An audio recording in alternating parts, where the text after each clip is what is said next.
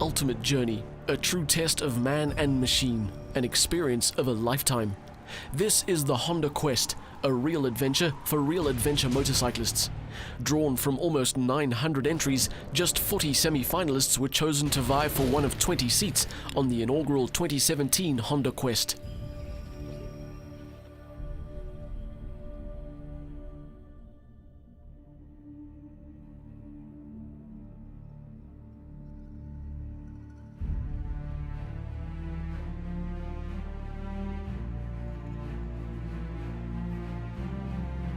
The destination? The toughest, most remote routes of northern Namibia.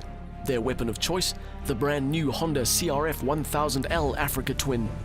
Their ultimate aim? To be crowned the first winners of Southern Africa's most exciting adventure biking event.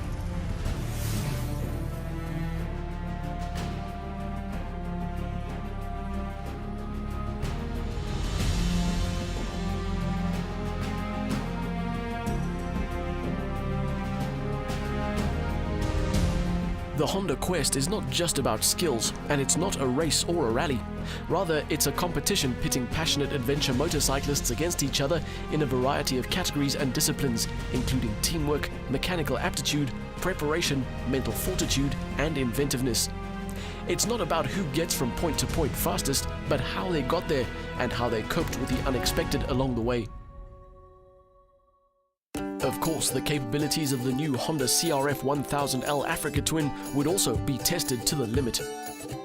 But first, the 20 Quest finalists had to be selected from 40 semi-finalists during a grueling 2-day boot camp.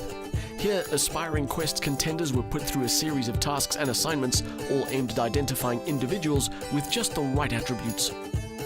Arguably one of the most enthusiastic supporters of the Honda Quest is Honda Motors Southern Africa President Toshiaki Konaka. My dream is to see lots of people enjoying the riding bicycle and making their dream true. So in that sense, this quest is exactly the event which can make it happen. Honda Quest is more than just about finishing. It's about savoring every second of the experience while coping with extreme and often unforeseen situations. Attitude is often more important than aptitude, and teamwork is everything.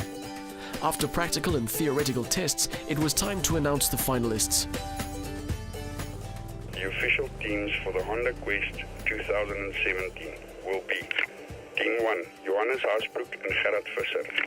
Team 2, Cornelius Nelson and Angus Welsh.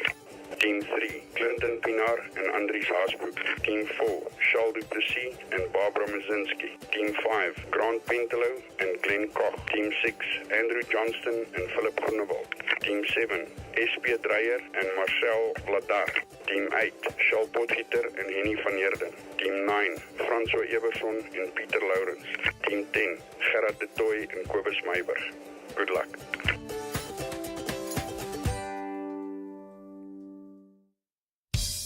Those 20 individuals would soon be winging their way to Windhoek, Namibia for the start of the Honda Quest. When the finalists met up in the Namibian capital barely a month later, the anticipation for the 12 days and 2,500 kilometers that lay ahead was almost electric. There was time to renew friendships forged at boot camp and to complete final preparations for the long trek to come. A rider briefing provided some indication of the route ahead, with northern Namibia promising a challenging but also breathtaking backdrop for the Honda Quest. A send-off at the local Honda motorcycle dealership was next, but then the 20 intrepid Quest adventurers were on their way, astride their equally eager Honda Africa Twins, heading northwest. Nobody could predict what would await them along the way. Yes, there would be sweeping vistas and endless horizons, wildlife roaming free in the wilderness, arid semi-deserts and strong flowing rivers, even cascading waterfalls.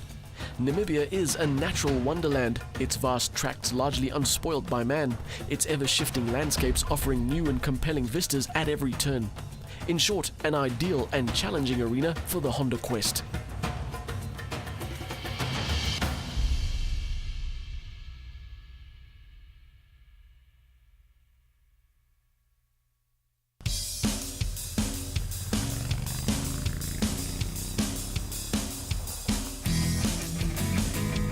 The 350-kilometer route from Windhoek to Spitskoppe wasn't particularly challenging, even taking in some tar, but the gravel was treacherous in places, making for tricky riding and even resulting in some punctures too.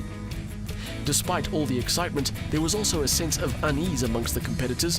The team pairings hadn't been announced yet, and for some, that alone could be a make-or-break situation. With the event based around the performance of the 10 two-person teams as opposed to individual capability, teamwork and interaction would prove to be pivotal.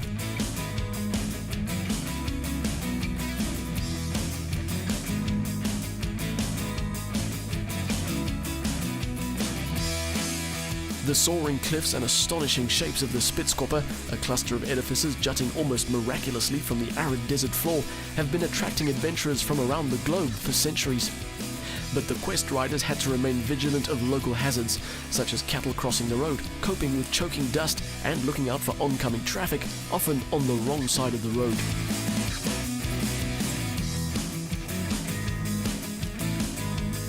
There was a general sense of relief when the campsite at Spitskoppe was finally reached after a long, tough day in the saddle. But the tasks were not over yet.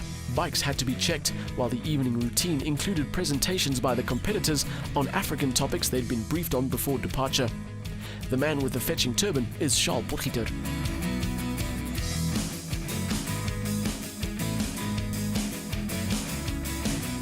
What better setting to announce those much-anticipated team pairings than around a crackling campfire, with the Spitskoppe providing a dramatic backdrop.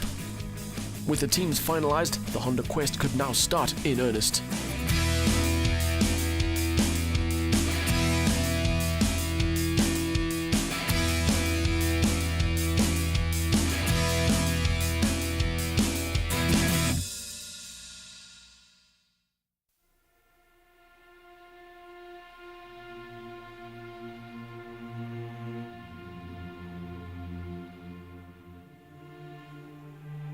On the map, Day 2's 350-kilometer route from the overnight at Spitskoppe to the oasis of Palmbach seemed pretty straightforward. But the reality was completely different.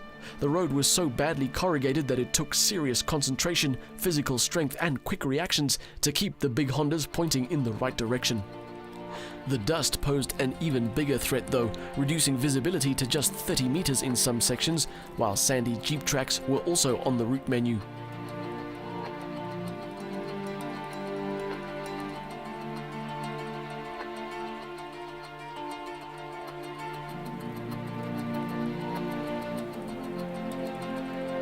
It was the first opportunity for the teammates to size each other up and their opponents. I think we are real team players, and I'd like to think that this whole event quest is about team building and adventure. And right now the guys got stuck with a puncture and we were there to fix. And I'd like to think that that is going to be a bit of an advantage towards the end, just being a proper team player. Our ability to communicate, I believe, it's going to keep our morale up in our team, and yeah, just to look out for each other and to make sure everyone is okay. So I think we've got a pretty good understanding of what needs to be done. I also think we're here for, both of us love riding. I think working together, once again, that positives complementing negatives, where there are negatives, and knowing your partner. So where he has a negative, be aware of it. Whether it be he's a slower rider or he doesn't know how to cook, for example. That's where we need to, as a partner, I think, complement or try and step in, even if it's our weakness as well. The convoy suffered 2 punctures, which were a direct result of the poor road surface, and already the sense of camaraderie was obvious, not only between the team members, but also between the various teams. It was good to see everyone pulling together in the true spirit of the quest.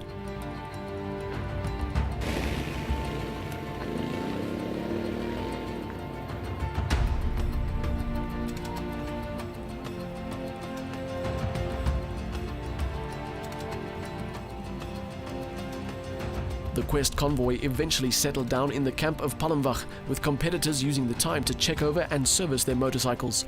They knew that the really tough part of the challenge was yet to come and wanted to make sure that their Honda Africa twins were in tip-top shape to tackle any and every obstacle.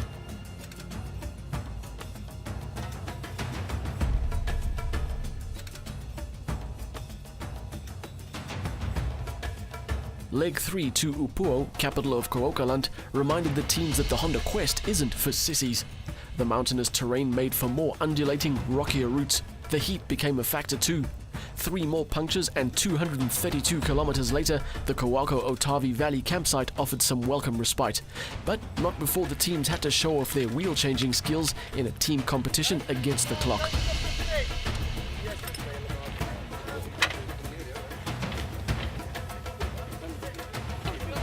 Francois Iberson and Peter Lawrence took top honours. Team number?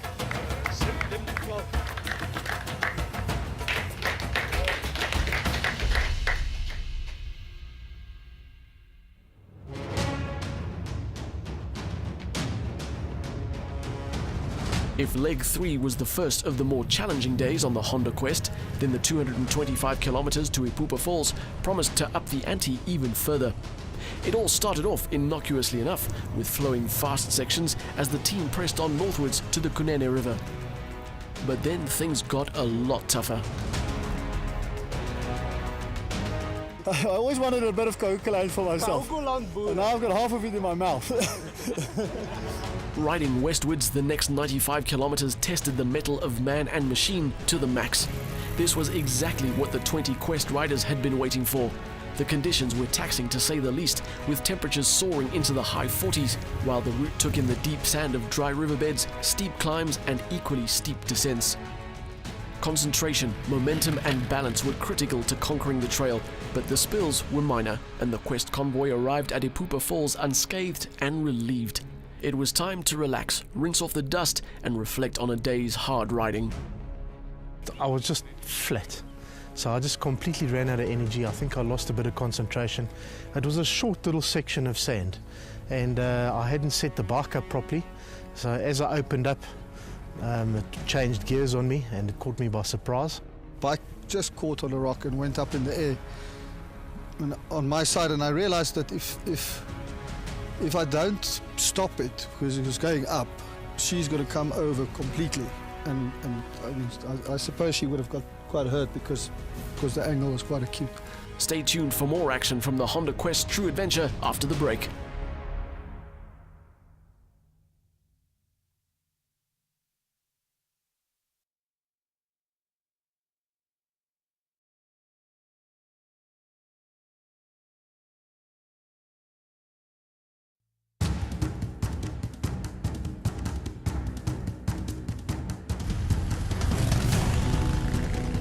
Welcome to part 2 of our coverage of the Honda Quest, an adventure motorcycling event that pits 10 teams of 2 riders each, riding identical Honda Africa twin motorcycles against the harshest and most challenging terrain that northern Namibia has to offer.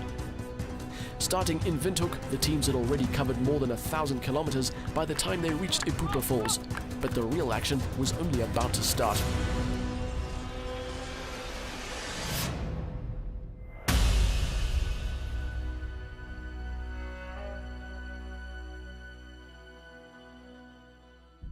What happened was I went up quite confidently up to about where the track turned a little bit, and I just lost my balance. The guys all grabbed me then, and it was just difficult to get momentum going up that last little section.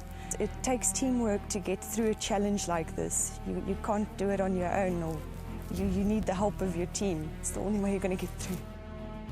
It was a good warm-up for the day.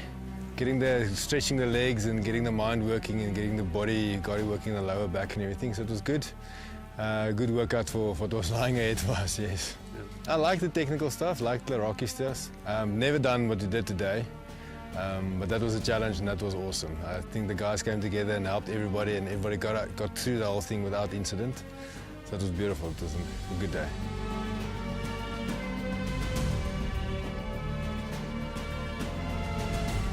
The previous day's rocky trails to Ipupa Falls were tough, yes, but the 73 kilometers to Vanzale's community camp would make those ascents seem like child's play. There was some apprehension amongst the riders, and with good reason. This section would take them way beyond their comfort zone. Turning west from Okangwati, the route conjured up thick, sandy tracks and regular river crossings. But the real test would be the extremely rocky and uneven climbs and descents a little further along the route. Undaunted by what seemed like impossible climbs, the riders pressed on, tackling every rocky section. By now, everyone had realized that this was not a one-man or even a one-team show. To conquer this trail, everyone had to get stuck in to help the other.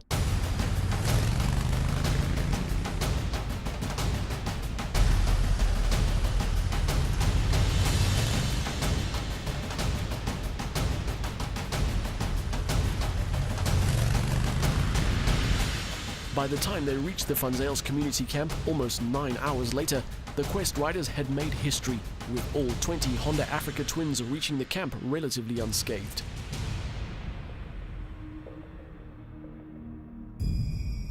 Quest is a journey that is undertaken in search of something. So that's a quest to find out who you really are when things get tough and things get hard and the pressure's on. There's a whole range of emotions the whole day that go through you. You're in awe half the time. It's a journey of self-discovery. Getting through the difficult, getting through the stuff that's unplanned. Not just getting to where you're going, but enjoying the experience on the way there. This is what adventure riding is about for me. If there was ever going to be a climax of the Honda Quest adventure, then the notorious Vanzale's Pass would be it. Considered one of Africa's sternest 4x4 routes, tackling it on a big-bore adventure bike like the Honda Africa Twin seemed either very brave or completely foolhardy. And yet, through teamwork and perseverance, the Quest crews made it through without major mishap, an historic first.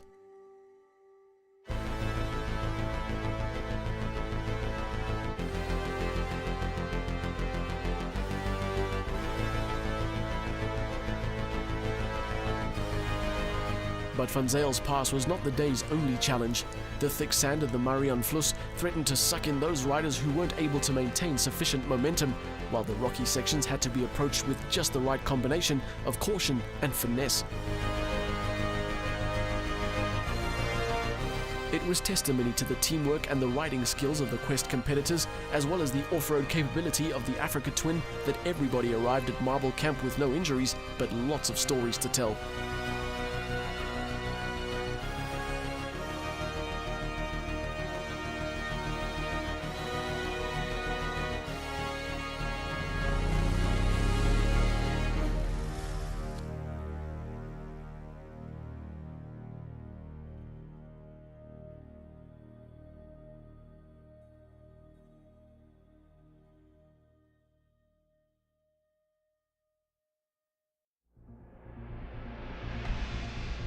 Spirits in the Quest camp were high after conquering the notorious Vanzale's Pass, but if the riders were hoping for an easy run from Marble Camp to Puros, their hopes would soon be dashed.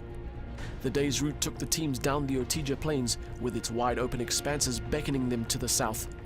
But when they reached the Kumib riverbed, things took a more serious turn. With the mercury already in the high 30s, the thick sand proved many a rider's undoing.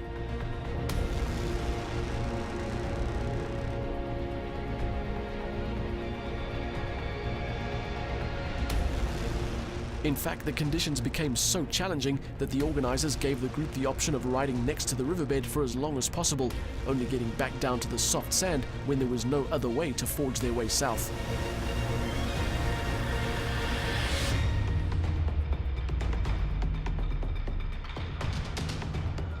The nearly 40 kilometers of sandy riverbed riding felt like more than double that. But when they were finally able to exit the river and turn southeast, the allure of a 2-night stay at Puros, including a well-deserved rest day, was strong.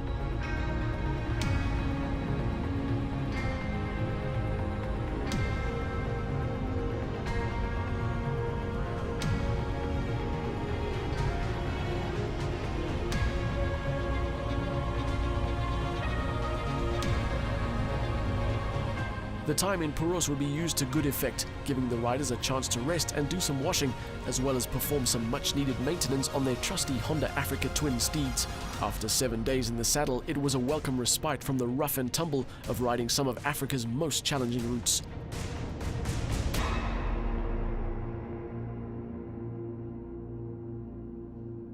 For the organisers, evaluating the 10 teams was no easy task, but slowly some favourites were starting to emerge from what was a highly talented, dedicated and team-oriented group of adventure riders. It's been an absolute joy with 20 people that share the same interest. It's been an adventure. It hasn't been a competition thus far for me, certainly. It's been a bunch of friends that's riding through the most spectacular places in South Africa and Namibia, for that instance. That feeling of the group sticking together as one was felt in Van Zyl. Those 2 days we stick together, and like Cobus said, it doesn't feel like a competition though. It feels like this epic adventure. Well, the highlight for the trip for me was definitely doing Van Zyl's Pass. It's been a bucket list item since pretty much day one of my dual sporting riding. And I enjoyed the teamwork and I enjoyed the camaraderie and everyone getting together and pushing and pulling and helping the bikes get down Van Zyl's Pass. And then funnily enough, even the few kilometers after that was just fantastic, good fun. And there we actually didn't have anyone to help us. Everyone was still coming down the pass, you know, so it ended up being a challenging day, and it was immense fun. The rest day at Puros not only allowed the teams to carefully check, reset and re-talk every part of their Honda Africa twins, but also to reflect on what they had experienced thus far. When you're in the heat and dust of the moment, you only think of what the next corner, the next hill will bring. But in the campsite, with your feet up, it all starts to sink in, and the smiles said it all.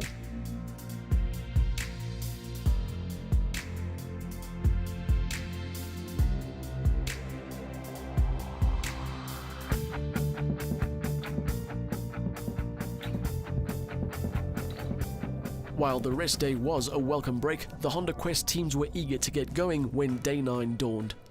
The planned route included negotiating the Puros Canyon, but the organisers were aware of the ever-present danger of elephants in the region, and when a sighting of a protective elephant cow and her calf was confirmed, the route had to be altered. Returning to Puros first and then heading directly south to Palembach meant tackling the riverbed's deep sand, now all churned up, for a second time, and that wasn't their only problem.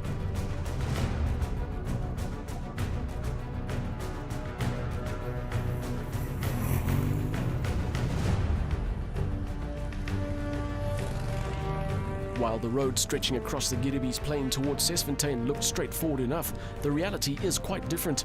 The 107-kilometre section was one of the worst of the trip, with corrugations shaking and rattling man and machine to the core.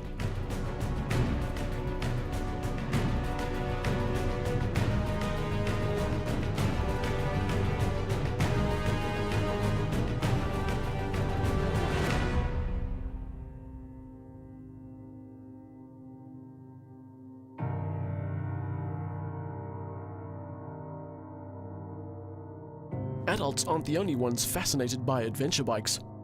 I know when I was a little boy, I always wanted to get on a motorbike. And I think that kids are very impressionable. So what better way to indoctrinate the next generation than to let them have a ride? You see little kids, they look at these things and they want to touch, they want to get on it, they want to play with it.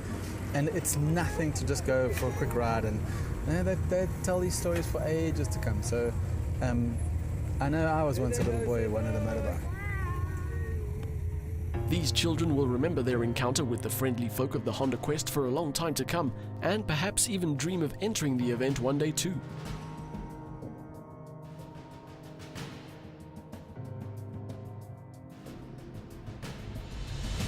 Reaching the final destination, the imposing Brandberg with its famous White Lady sand painting, meant riding through the thick sand of the Soros Communal Conservancy, including a long stretch down the Gowantagab riverbed.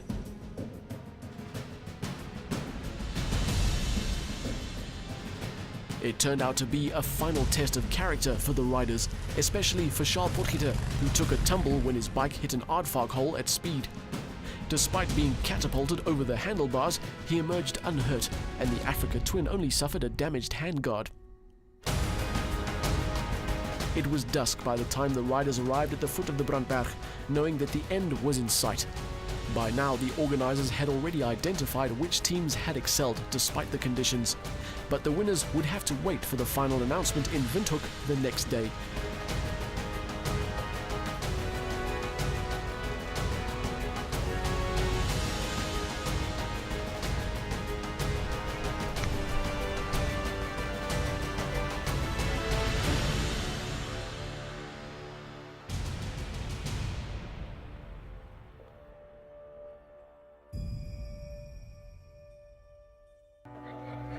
After 12 grueling days in the saddle and with the dust washed away, there was time for the 20 intrepid contestants to reflect, to analyze, and to swap their many experiences over some welcome frosties.